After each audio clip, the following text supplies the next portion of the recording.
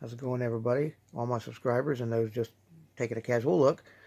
I've got another cool script here. I got this really recently. Okay, this is fresh out of the mail, pretty much. This is a Buck Rogers, season 2. I can't remember the episode number on this one. I should know that. It's signed by quite a few of the people here. This one was owned by David, right here, David Hollander. He was Velis, the Golden Man. Up here is Paul Carr. He was the one of the crewmen on the ship. Asimov, the admiral. Wolford Hyde White. This was James Berman. Goodfellow, Dr. Goodfellow. Here's Buck Rogers, Gil Gerard. And this one is the Hawk, Tom Christopher. This one I couldn't figure out, and David couldn't tell me, but I believe when I got to looking at some of the credits on this, that was Vincent McEveety. I don't know how you pronounce it, but it's M-C-E-E-V-E-V-E-E-T. He was the director, so I believe that's who that is. I could be wrong, but when I got to looking at it, it looks like Vince to me. Anyhow, let me get the brads out of this thing, and we'll check it out. Okay, we're back, and I did look at it. It was Season 2, Episode 7 is this episode, The Golden Man.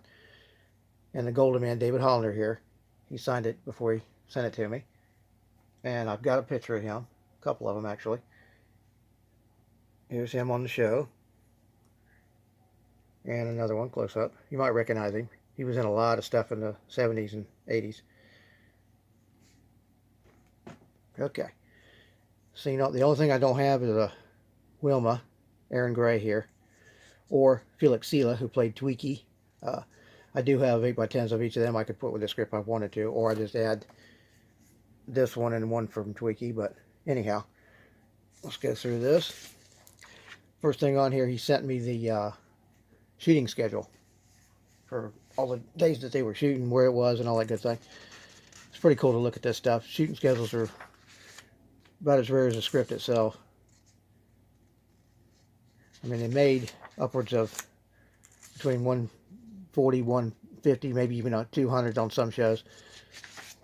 So they're pretty rare. But to me, ones that are owned by the actor themselves is rare. Are the rarest, or the director, or whatever. And these are pretty rare. Most of the time you get a script, you do not get the shooting schedule with it. So that's when they go in for makeup and all that good thing.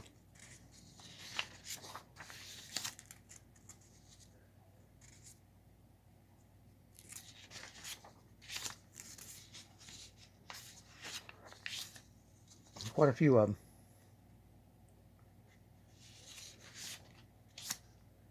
10 pages total. 5 days of shooting.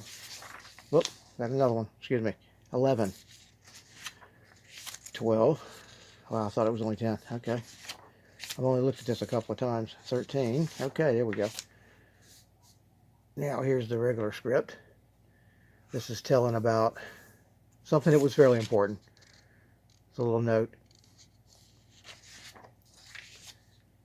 Here's a pronunciation guide of the characters and whatever.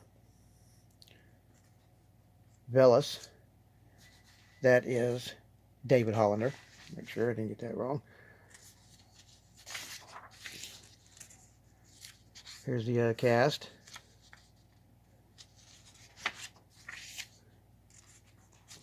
All the places they were going to shoot, the interiors, exteriors. Here's a special effects list. And you get on with the opening of it. Have a little background here. In the year 1987, Why not? at the John F. Kennedy Space Center, NASA launched the last of America's deep space probes. That's what they call the teaser. The first deal there. Was a one-man exploration vessel. I think most of these pages are yellow, and there's some white and some blue. A lone astronaut, Captain William. So it's kind of a rainbow script, not quite. To experience cosmic forces beyond all And it is 100 and, oh, I forget now, it's 180 something pages. So I won't linger on the pages too long because it's going to take a while to do this.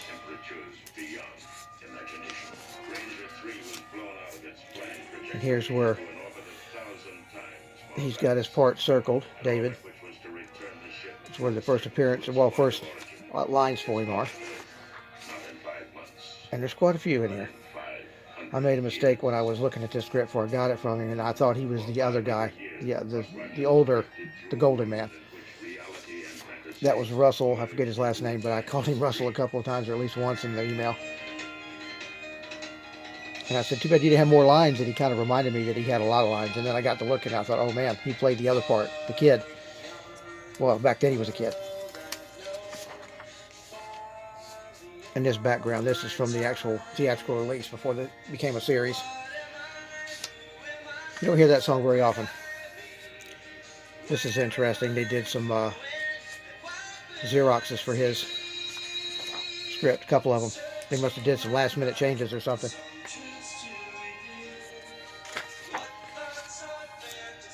Or maybe they got lost. Who knows? They might not have been actually printed when they did it. Whoever might have skipped a couple of pages when they were doing it.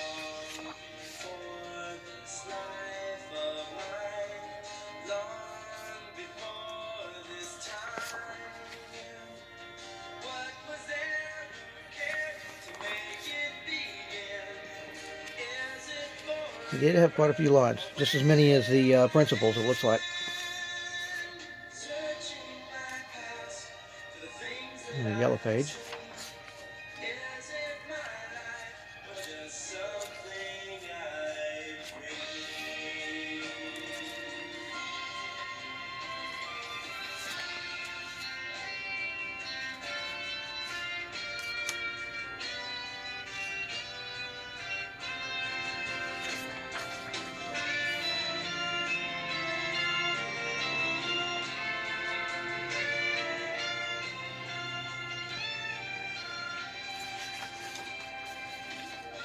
End of Act 1. Okay. So Act 1 was 18, 19 pages. And here's some more circled parts.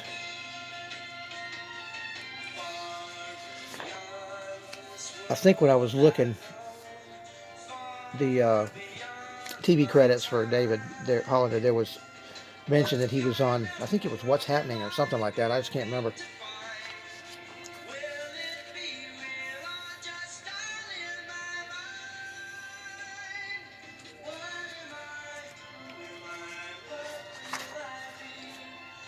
Six.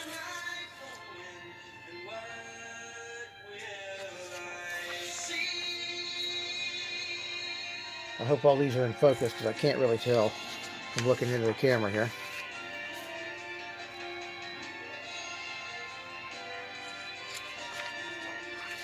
Got lots of lines in this one.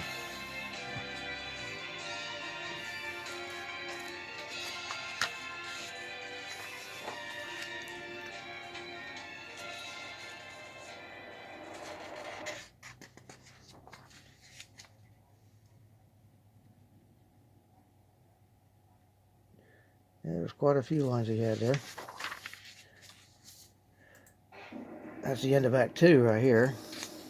The year 1987, at the John F. Kennedy Space Center, NASA launched the last of America's deep space probes. The payload perched on the nose cone of the I'll have to rewatch this episode. I know I can get it on one of the internet sites. Actually, I've got the whole set somewhere. I just gotta dig them out and watch them. Buck Rogers was to experience cosmic forces beyond all comprehension. I do have a few other, I don't know how many, probably 3, maybe 4 other Buck Rogers scripts. Systems were frozen by temperatures beyond One of my favorites is the director's script I've got. That's got a ton of notes in it. This is nothing. This is just the actor outlining his parts here, or circling the parts. Usually a director's script or producer, one of the camera guys, maybe the editor will have a ton of things in it. Changes, whatever, to lines, added lines, all kind of things. A lot of times it's just showing what they've already shot, what they're going to shoot, what they're replaced, or, props and that kind of a thing.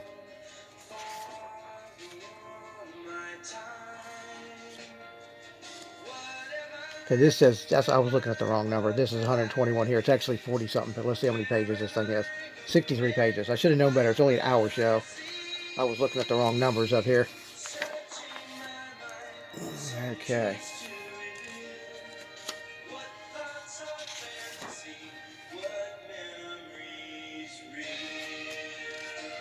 I'm not real sure. I mean, I'm fairly sure that that signature on the front is from the director. But if anybody can tell me otherwise, or what their opinion is, let me know. I'd sure appreciate it, because I'm not an expert in handwriting, and it's kind of hard to read, but it looks like Vince to me. So, and that's the only Vince I could find in the credits for this show or any of the shows that they did. And he's the was the director. I'll show it again when I get done here.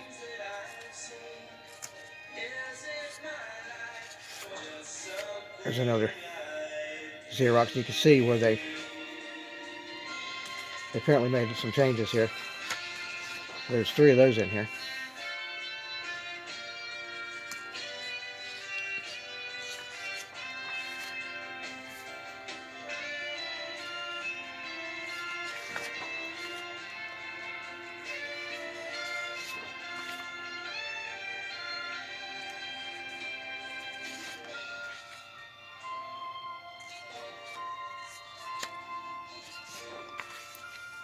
And there's another one. I didn't see that one. Another. I think the white ones are all Xerox, it looks like.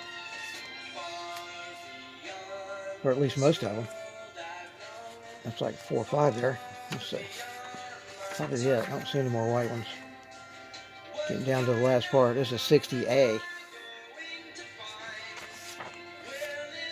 And 60B.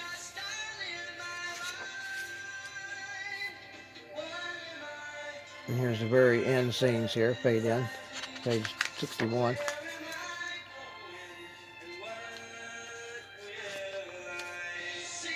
And fade out. That's the end of that.